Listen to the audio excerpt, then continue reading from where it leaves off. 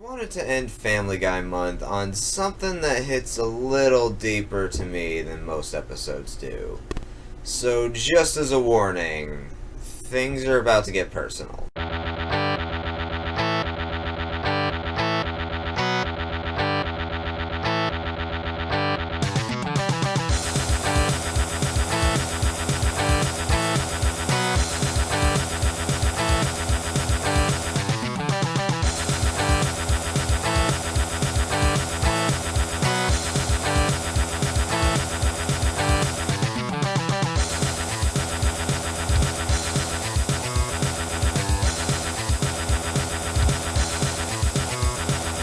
In the past few seasons of Family Guy, we've seen the transition from making lighthearted jokes about sensitive subjects to using current hot-button topics to beat ideology into its viewers. We've seen cutaways being used for clever gags and tiny setups, to being used as nothing but episode filler. Now, I couldn't figure out why the writers would reduce themselves to this, such lazy level. But then I went back to Season 10, and unearthed this episode from deep within my subconscious. At first, I forgot why I hated this episode, but I could feel this burning desire to erase it from history. Let's find out why I hate this so much. I give you Seahorse Seashell Party. Okay, I'm already confused. So we start off with the Griffins watching the news as it tells them that there's a hurricane coming and that everyone needs to stay inside. The satellite dish gets knocked out and we get our first cutaway gag. How far into this episode are we? I'm done! So let's see this cutaway. We get bleeding children, racist stereotypes, and they're both wrapped in a big punch to the nostalgic land. We see Brian pulling out his secret stash when he gets caught by Stewie. Brian tells Stewie that since they're going to be stuck inside all day, he's going to do mushrooms to pass the time. And Stewie turns into that one guy that wants to be cool but tries way too hard to be cool. We get our third establishing shot of the house in 2 minutes before we cut to the family board. Lois suggests that they play charades, and Peter's stupidity makes it a throwaway scene. And 30 seconds later, we get another establishing shot. Dude, you've already told us that nobody is leaving the house. You don't need to keep telling us that everybody is still in the house. We go back to the Griffin's board. What do you want to do now? I got an idea. How about you all sit there quietly while I make dad noises?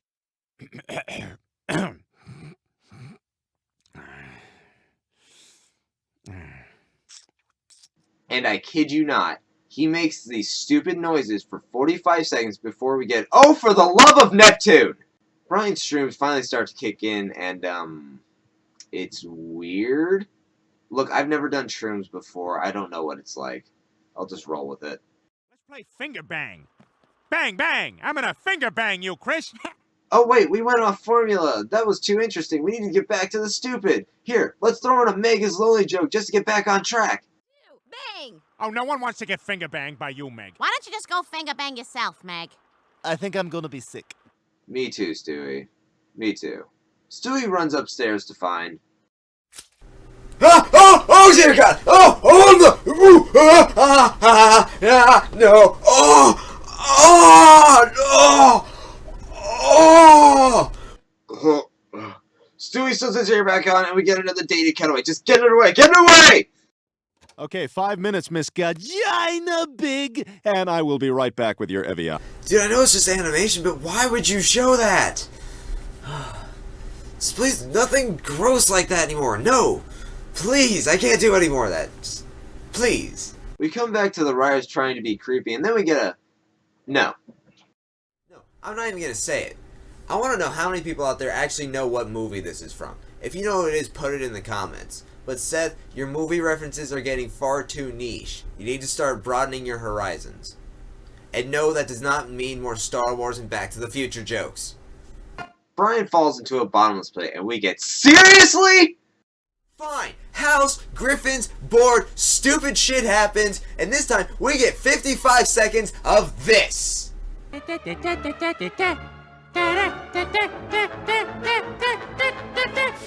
Meg opens a can of soda, and Peter gets mad at her for making too much noise. Everyone tries to gang up on Meg, but she finally snaps back before... Why?! We cut back to Stewie trying to take care of Brian when...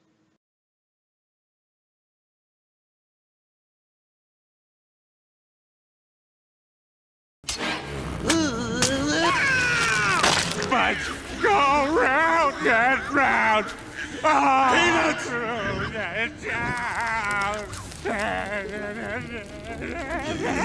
Wanna have sex?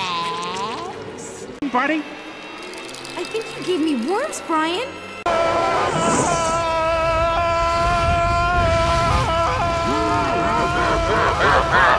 Brian.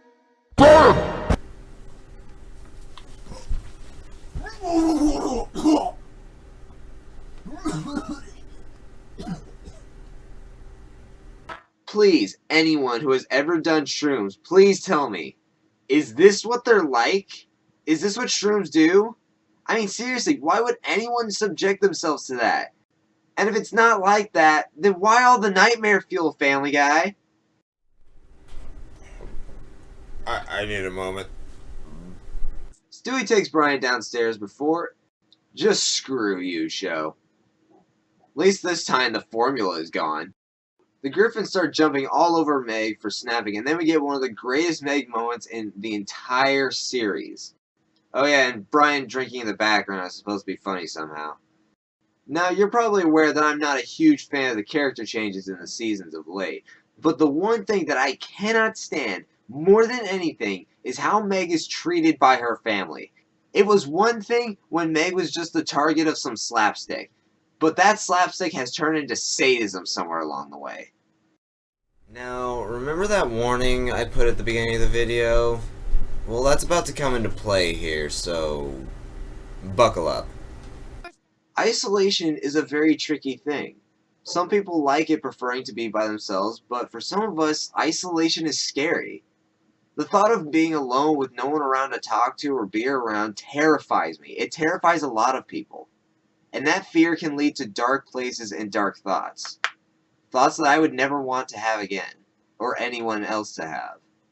So, when I watch this, and see a character that feels the same way I do, but the people who are supposed to help her and love her the most are the main cause of it, I lose my shit. I've looked at this from every angle, and there is no redemption for how Meg is treated. And the writers really need to look at themselves after making this. Now, the majority of the second half of this episode is Meg ripping into the rest of her family in the aftermath, so I'm going to present you with the highlights of that. Yes, you're right, Brian, there is. Meg seems to think she's taken some kind of stand here that's gonna make us all feel like we're inadequate. My God, you're condescending. I'm making a legitimate point about how poorly this family treats me. Look, the bottom line here, Meg, is that you're just taking your own problems out on everyone else. Oh, my problems? Oh, I see. Is this coming from my role model mother? The shoplifter, the drug addict, the porn star, the whore who let Gene Simmons and Bill Clinton climb inside her? My point is that with all the irresponsible, reckless, idiotic behavior in your past, that somehow you have the nerve, the arrogance to consistently and ruthlessly point out my shortcomings. You're my mother, and you took a child's trust and smashed it into bits in a 17-year-long mission to destroy something that you killed a long time ago. You're my brother. You're supposed to be on my side, and you're such a bastard to me. Chris, you treat me like you hate me, and I don't know why. Is it too much to ask to be treated with a little decency from my brother? Maybe show me some kind of kindness by not jumping on the Let's Get Meg family bandwagon? You are completely selfish and totally irresponsible as a father. You have no education, you have no interest, you just do whatever reckless thing you want to do whenever you want to do it without regard for anyone else. Oh, and when you're not terrorizing the community with your impulsive escapades, you're being a total jerk to your family.